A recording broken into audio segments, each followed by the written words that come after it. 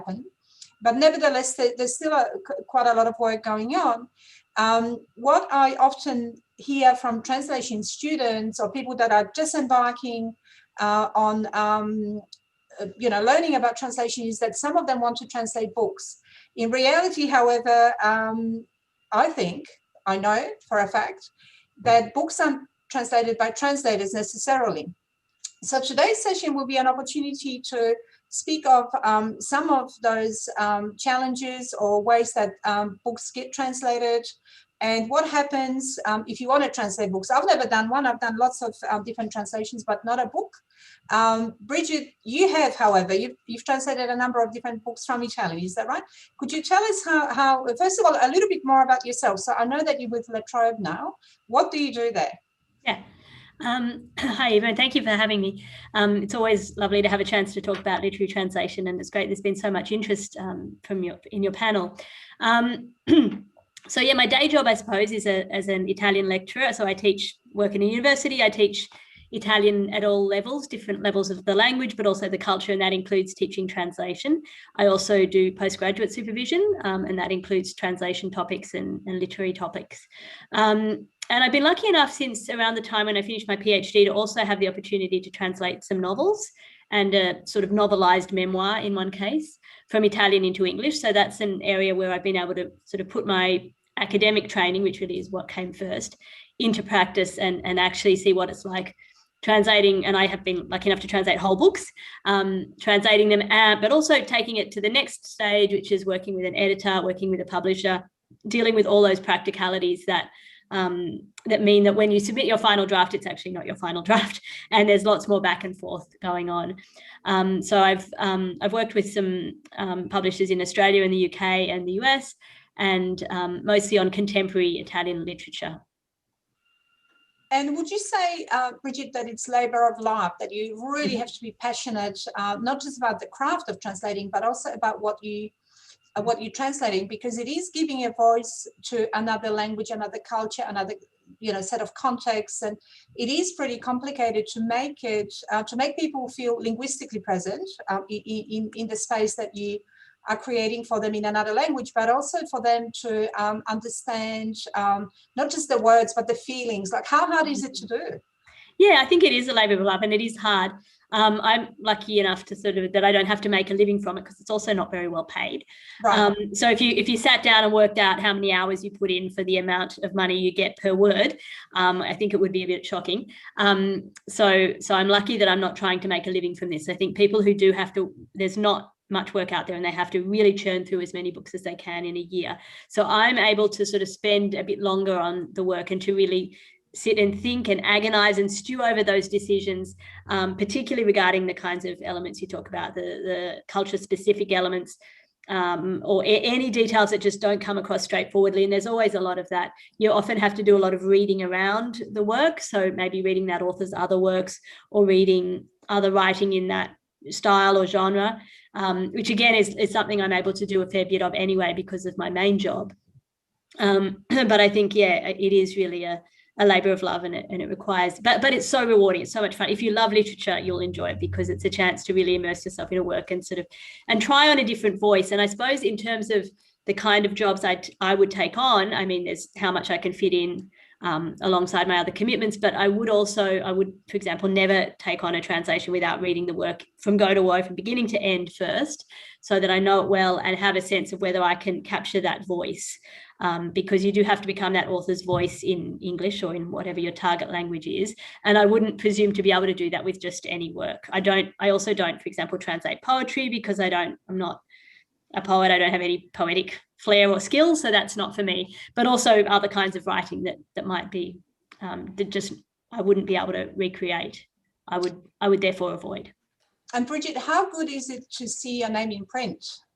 Oh, it's nice. I have to say, I've translated, I have about 8, I think, translations, and this is only the first time, the most recent one that came out in 2020, the first time my name has been on the front cover, and that felt pretty good, actually. Yeah, because we often are sort of behind the scenes authors, if you like. And I remember, I want to think of the year, but I want to say it was in 2004, and I went to Adelaide for an AUSIT conference, and we had a famous author present whose work has been translated, and from the audience, and it was an audience full of people, and one of the questions was, how closely did you work with your translator?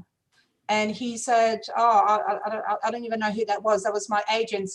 And my heart sunk, because I'm thinking, oh, I thought it would be so, that labor of love you've talked about, that passion. And I was sitting there thinking, well, don't you care, this famous author, about what you're going to sound in another language? And obviously some people do, some people don't.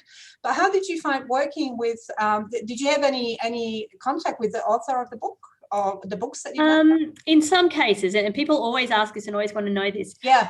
In most occasions I've asked for the author's email address, and I've introduced myself virtually, and often had a few questions. I try to really work through by myself before I approach them, rather than sort of coming to them with every question. There'll be lots of other people I discuss things with first and think about it with, so that I'm not just bombarding them. But it is nice to make that contact, and then if there are a few little bits of nitty-gritty stuff that I just can't get to the bottom of, they've generally been very responsive in replying to that. All the authors I've worked on are still alive, so there's that benefit.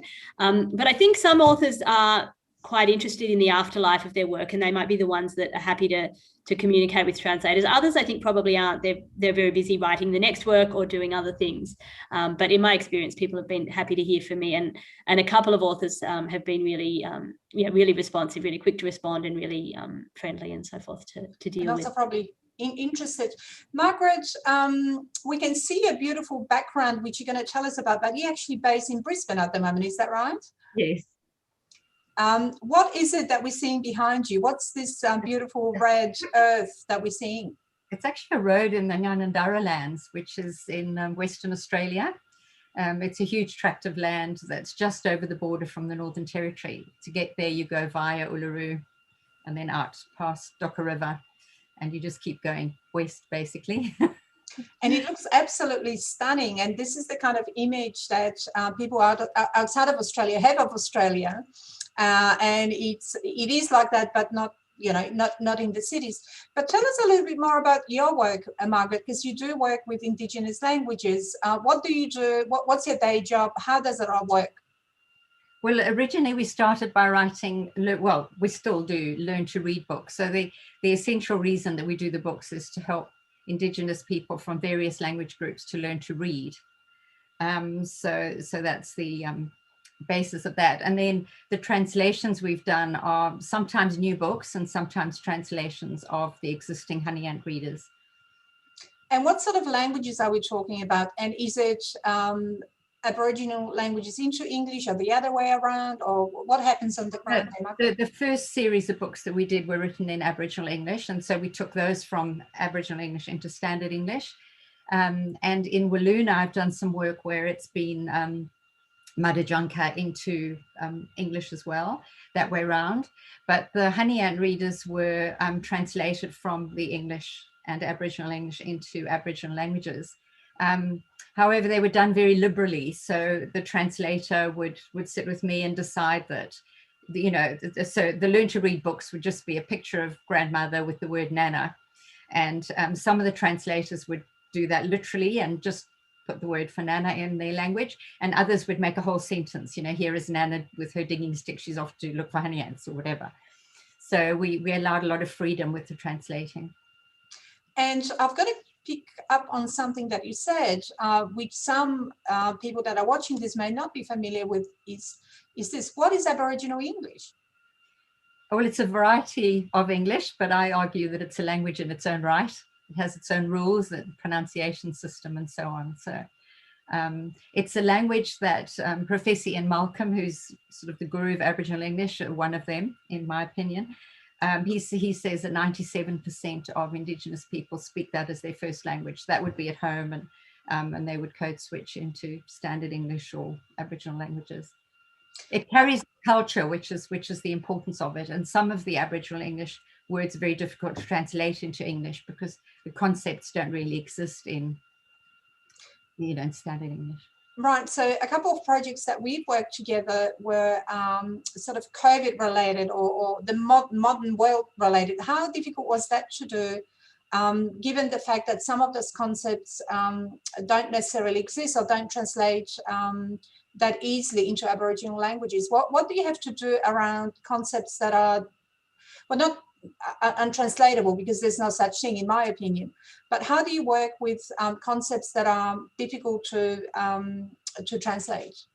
Well, the books are all based in Aboriginal culture, so that problem doesn't exist there. But with the COVID, yes, obviously I worked with Aboriginal English speakers, who are first language speakers, and then we just, talked about what word they would use in that context and pop those in.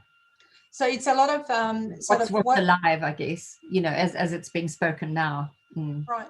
So a lot of it is just workshopping and discussion and also creating words in other languages that may not exist, and then they become, more common.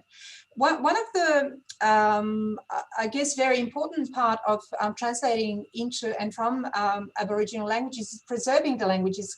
Could you maybe give us a little bit of background around that? What happens with Aboriginal languages, generally speaking, in Australia? Well, the first point I'd like to make there is that whenever we do any translating, we always accompany it with audio, because, as you know, once a language is written, it changes slightly. So that's a really important aspect, I think. What we always do is have a group of translators, because there's a lot of discussion. For example, the word wet, because the Honey Ant readers are all phonic. So we've got wet bus, red bus, and so on. So the example, an example in Western Aranda, the word wet, there are 14 different words that one can use. So there's a lot of discussion around that. Another example using Western Aranda is that there are many different ways of spelling the same word, which Western Aranda was first written down by Lutheran missionaries quite a long time ago, and has subsequently changed and got a second form of writing. So you've got to be very careful that you are working with the people who have the authority to write that language, and people tend to like to be in groups so they can have a discussion around it. So it's not just a matter of going, oh, this is going to be quick, Nana dig in red sand, Nana gets on the red bus or something. It actually can take many, many hours of discussion about which is the best word to use. And right. So there are like sort of cultural overlays and even political or agenda, discussions about what to do with certain words or expressions, because that all connects to people's identities as well, right? Yes, and the language is very, very closely tied to that, particularly with Aboriginal languages, where they believe the language comes from the land, and it's part of the land, and they're part of that. So it's got a very strong cultural basis to it, which is why the elders see it as so important to have work in their languages and to have the languages recorded. And in terms of preservation of Aboriginal language, what sort of efforts are being made? I know that a lot of universities nowadays offer, perhaps even Bridget, you might know something about this. Is it like a concerted effort, or is it still very fragmented and people remember at the last minute, or what happens on the ground there, Margaret? I think one of the sad things is that a lot of the bilingual education programs have been stopped. So children aren't learning at school to read and write in their own language. However, I think overall, looking at Australia overall, I think there's a lot more interest. You've got AIDSIS and a lot of other organizations that are working very hard to record languages while there's still some speakers. Some languages have only got elderly speakers left, really. And so they're doing a lot of work to record that. So I'm optimistic that it's, that it's going up rather than down. But we have lost a lot of languages, as you would know. And Bridget, is there anything that La Trobe might be doing that you know of in this space at all? There are certainly colleagues who in linguistics who work in that area. And I know more generally across Australia, there's an organisation that represents language and culture teaching in universities called LCNAU. And they have a cluster, a research cluster within that relates to Indigenous languages. We also have a new one just currently clustering, very hot off the press, in translation and interpreting studies. But there's one already established related to Indigenous languages, because I think Margaret's exactly right that in the university setting as well, there's a little bit more happening. There's been lots of research happening for decades, but a little bit more happening in terms of language teaching and acquisition, I think. Although, as Margaret says, the most important thing surely is that the children must maintain and have the opportunity to learn the languages at school and really value them, realise how important they are in the home. Right. And I think one of the interesting things I find, because I'm an immigrant here, is that we don't really teach Aboriginal languages at school, which I find really interesting and disappointing, I guess, because I would think that that's one way of preserving languages where it's I mean, generally speaking, I think, Australia here, we could do better on learning languages. But, again, that's work in progress. Agatha, what about you? In the last, say, 12 months, you've worked on a couple of books. One of them, from the top of my head, was a book for, I think Arabic was one of the languages that was for Muslim Women's Association. You've got to correct me if I'm wrong with the name. How was it for you as a project manager to have to coordinate lots of people? So I'm feeling that it's always like a continuous compromise, because some people want to be very close to the original text, and they don't want to change the meaning. But sometimes it may sound awkward, and especially if you're thinking about target audience. I'm now thinking maybe about myself not only as a project coordinator, but also the target audience. So even with books like, I don't know, Harry Potter, you can have different food showed in English version, and different food in Ron can eat chocolate, and in different language he's eating lemon candies. It's because we want to people to understand, we want to explain them, and we want them to be familiar with the concept. So yeah, sometimes it's and we also need to think about purpose. So in the books, I'm feeling that if we it's actually really hard, because if we have word plays or idioms or jokes, it's how to translate this. Should we be direct, or should just add explanation what that means in this culture, or should we try to make this funny, but for someone from different culture? I found it really interesting. And also in movies, when I'm watching the movie in Polish or movie in English, I find it it's actually a different movie I'm watching. Both, sometimes even the translated version maybe sounds better for me because I understand the culture better. But yeah, so that's something. Yeah, so in terms of humor, I mean, at the end of the day, you've got to let or make people laugh, but that can mean different things within, different languages and contexts and all of that. But you, Agatha, often have to settle arguments between people, right? And we don't ever come as close as punch-ups, but no, people are very close to their language. And, when you have 2 or 3 or 4 or 5 people working on a piece of work, sometimes they'll have sort of subjective opinions about the words that they're using. And, a lot of the time it is just an opinion. So how do you navigate that piece of work where people have get stuck into a word or a meaning or a sentence and they won't budge? How do you, work that out? I think it's always best to think about the target audience and what will work for them best. I'm now thinking about that in English, for example, it's easy to hide someone's gender, because when you're saying when you're saying the verb, it will be the same for women, men, for child, and it will be different in Polish, Russian, Arabic, and it also may create confusion because which form to use, or when some concerns like that may. If you write in the English, you may not think that it will be an issue if you will not specify it, and it may create confusion when you want to translate it and you not entirely sure what we want, about the meaning someone want to convey. Sure. And Bridget, can you think in the 8 books that you've translated of some real massive challenges that gave you a headache or really wanted you to just quit and run away? Oh, sometimes the massive challenges are the best bit. So probably my favorite book of the ones I've translated was a novel called Riportando Tutto a Casa, Bringing It All Back Home, by Nicola La Gioia. And it's set in southern Italy, in Bari, in 1980 or the 1980s. And he engages a lot with the main part of the book is set among teenagers, and it sort of engages with the adolescent years and the notion of what you remember from adolescence in later years. And there's a scene in which a family is watching a television show, and it's a television show that hit Italian screens in the mid-1980s. Very comic, over the top, tacky kind of show called Drive-In.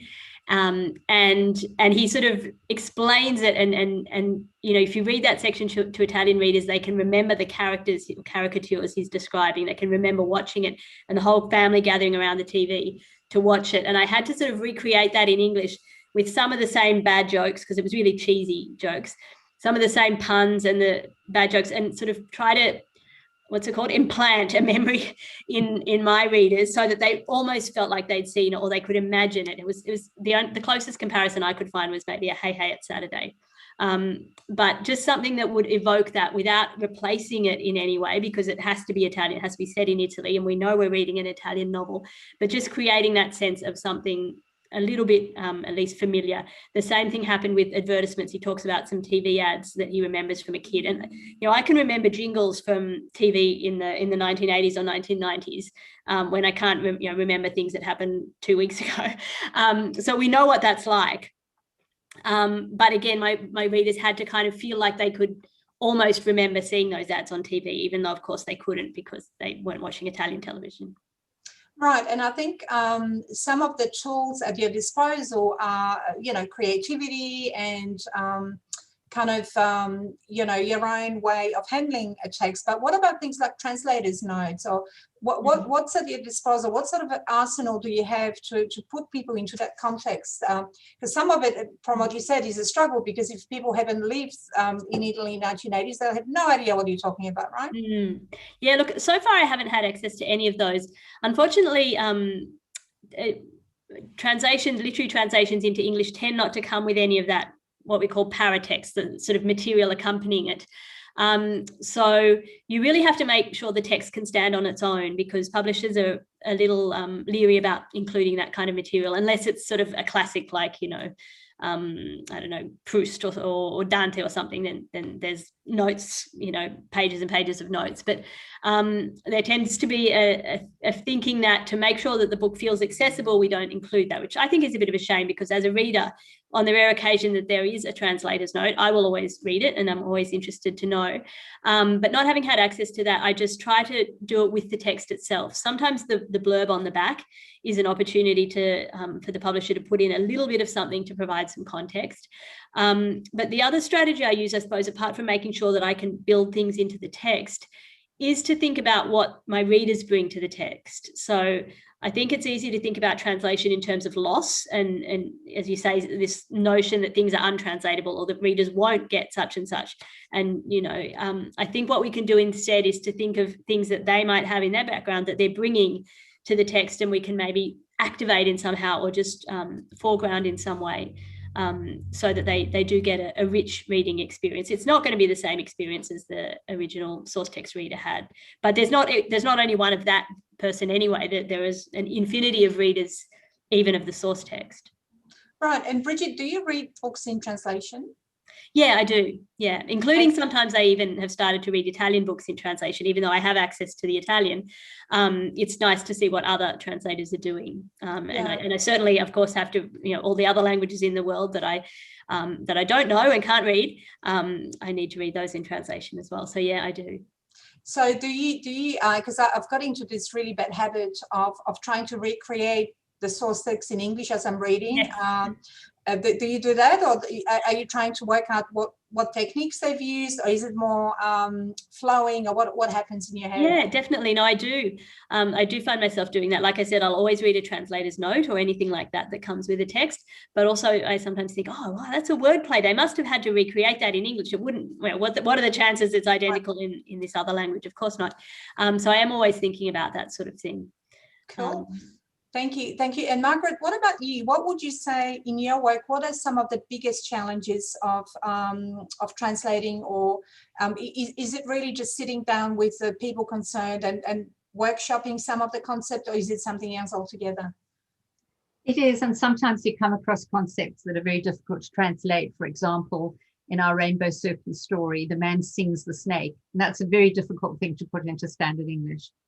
The other challenge is when you've got different forms of spelling the same word, and discussion around which one to use, and then invariably you put a line under the L in Tali, which means red sand, which you can see plenty of behind me, and then you'll get somebody who comes along when the book's printed and says, well, I don't think there should be a line under the L, or because so I think those because it's the Aboriginal languages have only so recently been written down that it's still something that's evolving, really. So that's really work in progress. And do politics come into it? Like, I'm not talking about specific politics, but like to me, and I really don't know much, well, as much as you do about it, but do you have to sometimes bow to the pressure of a particular agenda? Has that happened to you? Politics comes into everything, doesn't it? Yes. I think, yes, because you'll have different groups of people who spell perhaps words differently or make a different choice, so that you do have to navigate your way through that. Fair enough. And I think that happens in many other languages. Agata, what's your biggest challenge when working on translations of books or publications that are it's not just a brochure or not just a website, but a bit more than that? So firstly, I would say that it's the volume, that there's a lot more words to deal with, but also the the pressures of different agents of the process. So whether it's the publisher or the translator or the person that edits the book or whatever it is, what would you say is the biggest, the most challenging aspect of your work? I think when we have this job checked, then it's more challenging than just a translation of flyer, because with flyer it's kind of easy, and there's not many different ways you can you can translate the sentence. But in books, probably there will be more arguing about specific paragraphs to convey the meaning or to be more close to the text. But I'm also thinking about style guide, because even with the proper names, it's usually sometimes it's hard to judge if we should leave it in English, if we should transliterate it, or should we just translate it, because that actually the name meaning something, so it shouldn't be left in English. But and then we need to decide something, and not all translators want to follow the rule, because they're saying, in our language it will not be the same. We will, so that's something we want to have guidelines, but in books I would say that it would be harder to follow the guidelines, because it will be what works for one language, it may not work for another. So it's more of a creative pursuit. Look, what I might do now is we do have quite a few questions, everyone, so if that's okay with everyone, I'll hand over to Sarah to ask them. So we'll open up to discussion and questions. Over to you, Sarah. Thank you.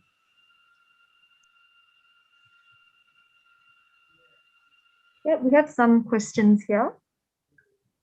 So one of the first questions is there a certain genre or type of literary text that is harder to translate than others? I can have a think about that. Not that springs to mind, I don't think. I mean, I suppose writing that's full of puns or is experimental, I don't know what genre you'd call that, but that could be hard, I suppose, but that can also often allow you so much creativity that the rules are less obvious. There are less obviously rules. You can do what the text demands of you. So not that I can think of, to be honest. I work a bit in crime fiction, research on crime fiction, and I mean that has its challenges, but I dare say other genres do as well. I mean, science fiction would have its challenges, romance novels would have their challenges, literary fiction is difficult, but a page turner, a pot boiler would also be difficult, because you've got to maintain plot and and that sort of page turning quality. So I don't think so. I think, you know, some writers will be harder for some translators than others, but I can't really off the top of my head think of any particular genre that would by definition be harder than the rest. I think also I should mention children, and Margaret will know more about this than me, that children's literature is also really hard, and that we shouldn't fall into the trap of thinking because it's for children, it's easy either to write or to translate, because it's very far from the truth. And you also mentioned that poetry, it's something, I think that it's something really hard because you need to keep the right rhythm. It's not only about the meaning, it's also about all other, other things that you need to keep in mind. And in terms of what I do, we in the English, we might make the program phonic, so Ra'eda, Ba'as, Da'iga, and so on. Oh, that's very difficult to translate into a different language. Yeah, there's a lot of things to consider there and some advice for everyone to take in. So we do have some more questions. One more question we have is, do you have to be a native speaker to translate books? If I go first, I only translate into English, which is my native language. I mean, I use Italian every day in my teaching and in other work. But I personally wouldn't be comfortable translating into Italian because although I learned it very young, it's not my language of daily use. But that's just me. There are people who are sort of super bilingual and do translate into a language that's not the one they perhaps learned first, or it's not the one they grew up with. Migrants often, some migrants even write in a language that's not their first, that might be their second or their third. So I don't think there's a hard and fast rule on that. Yeah, I think if someone is immersed in the culture, it's actually, he can translate, but usually you would think that native speakers will understand the culture better. So yeah, that's just the rule of thumb. Well, with my work, we only have native speakers translating into their languages. So we have some more questions here. Another question we have is, what would your advice be for those considering a translation career in literary translations?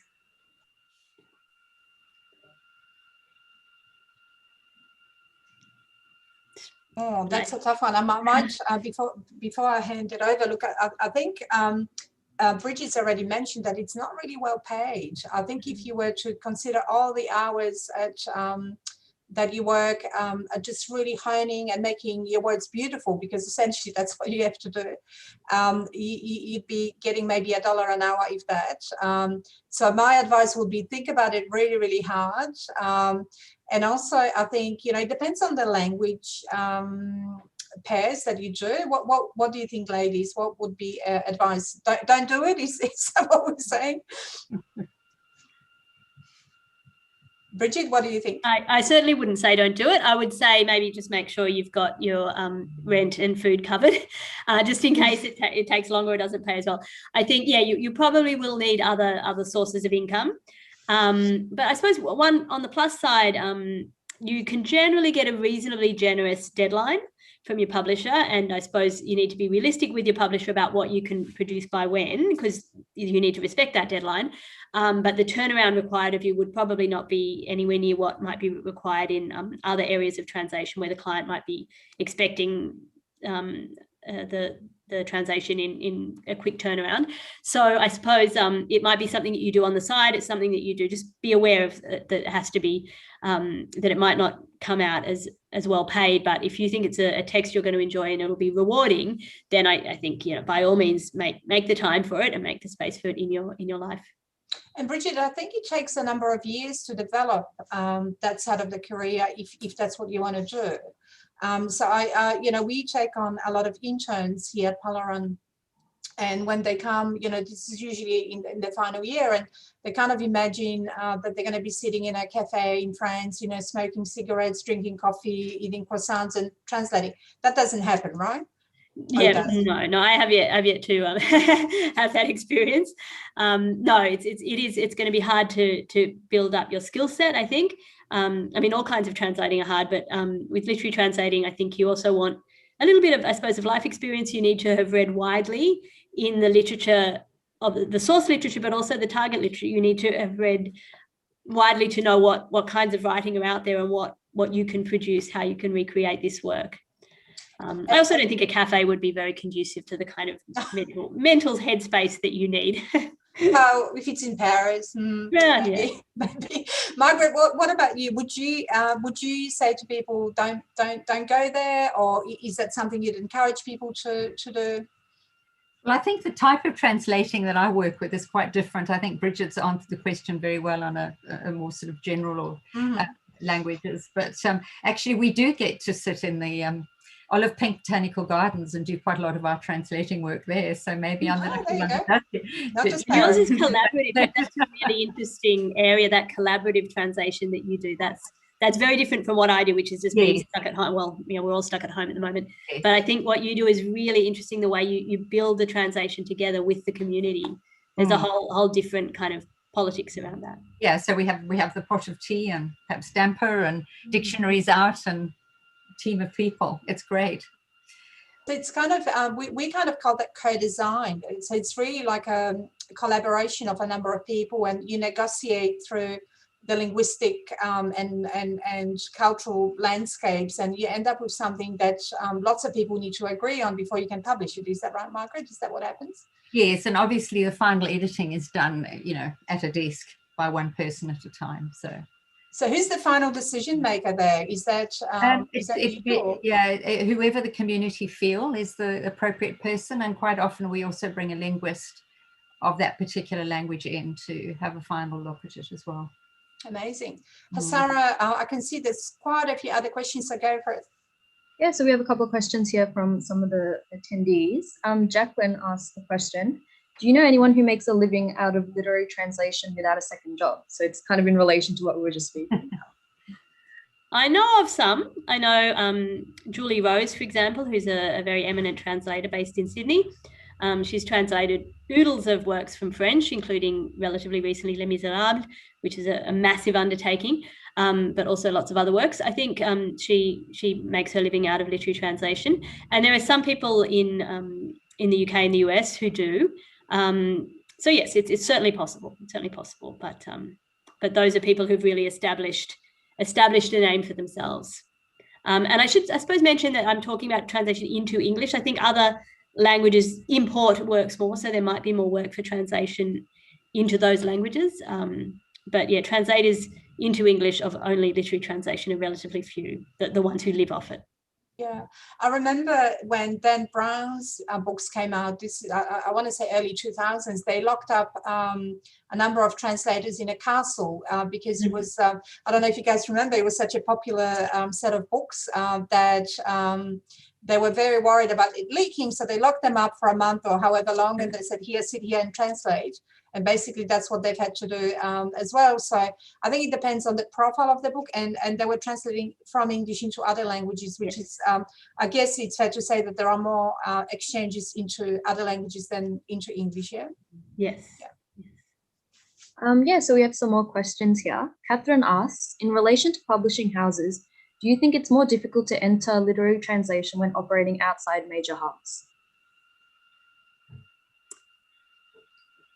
I could jump in again. I recently, for a project, for an article I've been writing, interviewed a bunch of Australian and Australia-based literary translators into English, and I asked them that question. I said, here we all are in Australia. Is it, would your job be easier, or would establishing your career have been easier if you were in New York or London, or one of those big hubs? And there were mixed responses. Some people thought maybe getting a name for themselves would be easier, or having networks where you sort of knew through your university study and your background, it sort of had more connections with people at the big hub publishing houses.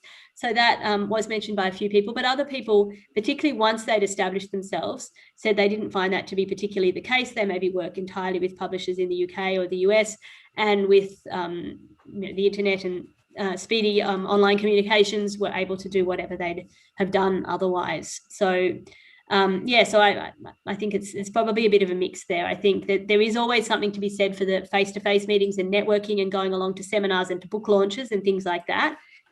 So if we're based in Australia, where if we're in a major city, we might get a few chances to do that. But if you're based in a major city in a bigger country, maybe you would have more opportunities.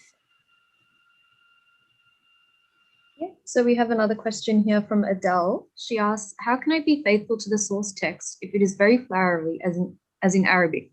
When I translate into English as a target language, bearing in mind that English is not as flowery as Arabic. I'm not sure if anyone can specifically talk about Arabic here, but yeah, maybe in relation to your languages. I might grab that one. I need to say that it's a challenge always to first of all to preserve the voice and the language and the words of the author. So whether it's a brochure or a book or whatever it is, that's always a challenge. And I think, you know, particularly if it's a language that expands a lot, like Spanish or German, let's say, I don't know what happens in Italian and Aboriginal languages, but probably end up with a lot more.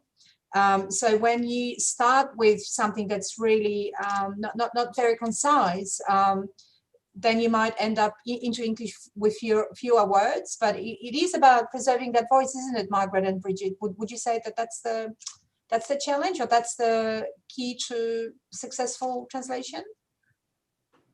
Preserving the voice, but also making it appropriate in the target language. So what do we mean by that, by appropriate, so that it elicits the same kind of response from the reader, yeah? Yes, and also so that it's meaningful for the reader, that if it's a concept that they might not have in their language, that you have to adapt for that. What do you think, Bridget? Yeah, I think Margaret's right. I think there's a kind of negotiation there where you do want to sort of capture that essence of the original text and language. But you also, it has to still work in your target language. So Italian has a tendency to floweriness sometimes. So I've sometimes translated texts that have maybe really long sentences, or that play with registers of language. So use quite a high register of language, at least in places. And you have to think about what the effect of that is, or what is the author trying to, or what do you think the author or the text is trying to do there, and how you might recreate that. So if I might maybe still choose high register words, but perhaps you know, if the sentences are really long, maybe a little bit of shortening or more semicolon, like I'll try to have it sufficient sort of bite-sized quality to English that readers can follow it, but without necessarily chopping it all up.